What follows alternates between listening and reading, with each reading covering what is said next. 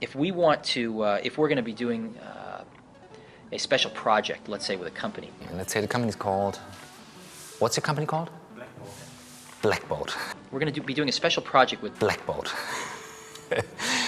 One of the videos I share, I would say by far, most of the time, is a video from Steve Jobs from 1990, a lost interview that was called Lost Interview. It's not lost, it's actually there, that WGBH did with Steve Jobs. And in this interview, there is a part where Steve Jobs explains the network revolution and explains the tool called email and why the email is revolutionizing communication. And what we'll do is we'll create a special mailbox, WGBH, and we'll put 20 people on it that are going to be helping on this project. Now these 20 people will be from all over our company, from marketing, from sales, from engineering, some from manufacturing, maybe some from our Boston office so they can be close by. And if one sends a message to this mailbox, they'll all get it like that, instantly. And if one sends a reply, they'll copy the whole mailbox on it so the rest of the team members get to read the intellectual content going back and forth. And everyone on in this mailbox will probably get around 30 mail messages a day. I think I shared the idea of this video from the very first moment on we shared YouTube videos, because the basic idea that he's explaining is how a tool that gives you a transparent insight where people can read collectively the information speeds up communication, and with that the innovative power of a team and a company. He says that imagine you have a shared inbox and you have the different thoughts, decisions, agreements, arguments, and so on. Now, this project's very important for our company, and I want to make sure it's getting off right. So I'll put my own name on this mailbox, and I'll see these 30 mail messages fly by, all of the disagreements and the arguments and the thoughts and the decisions. And I can just let it fly by and read it. I can do some background coaching with a few people if I think they're a little off track. I can get right on the network and kibitz if I'd like.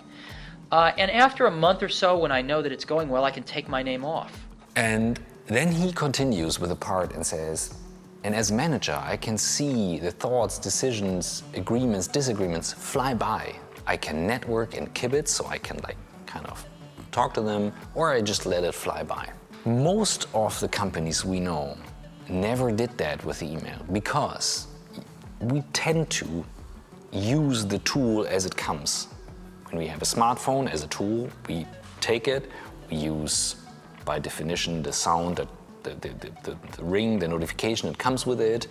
By definition, we don't turn off notifications. By definition, we don't clean up the starting page. And we did so many videos about no distraction and all that stuff to clean up the phone and why it's better. I don't want to share it here. But this video from Steve Jobs shows how important it is if you keep in mind that we shape the tool, afterwards the tool shapes us, and we need to be responsible to shape the tool. And the big question is, if there is a tool like email, and if it's so good, why on earth do we need to make the effort and now use a tool like Microsoft Teams or Slack or any other collaborative tool that is out there? And the answer is quite obvious. It's 30 years later, 30 years. The basic idea is still the same, but the basic idea also contains and includes the idea that you use the best collaborative tool out there and make up your mind how you shape it for whatever you want to use it for. Let's take the example of Slack. What makes it so powerful? Because if you see this video from Steve Jobs, you would think he's talking about Slack. Our Slack channel and many other Slack channels make it possible what he's saying. You see a lot of different inboxes, channels, like with Microsoft Teams, where people share these things. In a WhatsApp group, you could say the same thing. You have a WhatsApp group dedicated for a certain thing.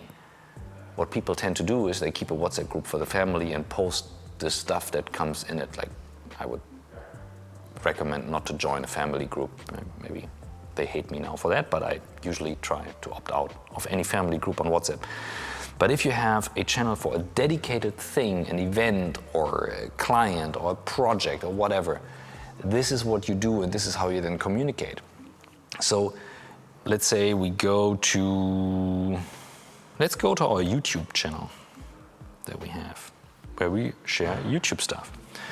And I shared something. I asked Niels if we can use a certain video. I posted an idea of videos and I said, hey, we gotta redo something on YouTube. And then he's opening the thread. And compared to email, where I would have to open the mail, and then of course I can also go through it, there is so much more information in this email here with all the text that I'm cluttering what I'm reading. I cannot focus. And I would have to open and then like answer, and it's gone, it's off, and it's not a channel. I cannot stay in the context of where I'm working. And at the same time, what the new tools do is they bring together this asynchronous and synchronous part. So with Slack, you can make calls, you can make voice messages possible, you make short video clips, you can share emojis and much more stuff. And this is going to become more and more and more immersive in the near future. So this idea from Steve Jobs saying that the email and this revolution and this network revolution is a big thing is true. But the point is, we need to make up our minds of how we want to use it. And if you want to find out how I use Slack, let's see, there are like a lot of messages still open. It's now 4. Let's find out how fast I am to like solve all these messages.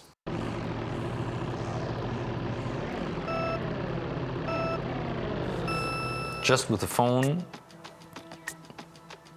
we cannot share the internal stuff, but let's see and compare email and Slack messages. I open the threads. Ich bin super gespannt. Punkt. Mach gerne einen Terminvorschlag und ich bin auf jeden Fall dabei. Punkt. I kind of use speech to text quite often because on the phone I don't like to type unless if it's short. I need to continue. Here, interesting thing. Project, quite complex topic. I need to check my calendar, switch to that. I have it on here, easy to take. Now I use synchronous communication. I use audio because there is too much emotional information contained. And as the psychologist Leon Winscheid told me, even if you're angry at something, it contains information. So it's always good to have the voice. I'm not angry here, but it's important to have some context. Der Termin war wirklich gut, aber die Flughöhe war eine ganz andere als gedacht. Threads, only 3 left. The challenge I see compared to email, you need to switch between the different topics quite fast, but that's okay because, as I said, the screen on the chat tools is much more condensed compared to an email because it's made for this device, and this is an iPhone mini, so it's quite small. And I would say compared to the old days where I needed a day to go through all the emails after a vacation, it's now more than like an hour or maybe 2 hours, but usually below an hour. Da soll ich gegebenenfalls auch das Speaker-Training machen, Punkt. Now I can tag the projects, which is also important, so you know which project it is, you know which person is involved, and that's it. All the messages where I was tagged. At least this is what Slack says. Yeah, done. And the rest is dedicated project work, which I could also now work through, but this is like all the important stuff for now where I was tagged with the phone. So I would say better to have more time now as a leader to interact with people synchronous ways. So let's have a phone call, or here we have a conversation or one-on-one. This is the potential that we have with these tools. What we do need to do as leaders then is to give a lot of responsibility to the people and actually know that the things happen in the background.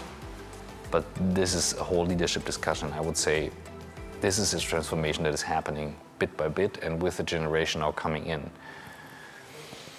Because you need to discuss things in open threads, you need to leave it to people, you need to explain how to take your responsibility and all that stuff. So this is kind of what lays beneath the surface here.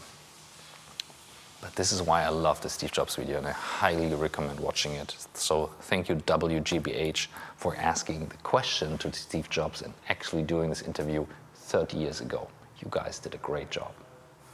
And here, make sure you subscribe, watch another video, because sometimes we share quite interesting stuff about technology and what you can do with it when it comes to communication or creative work. Weekend? Almost.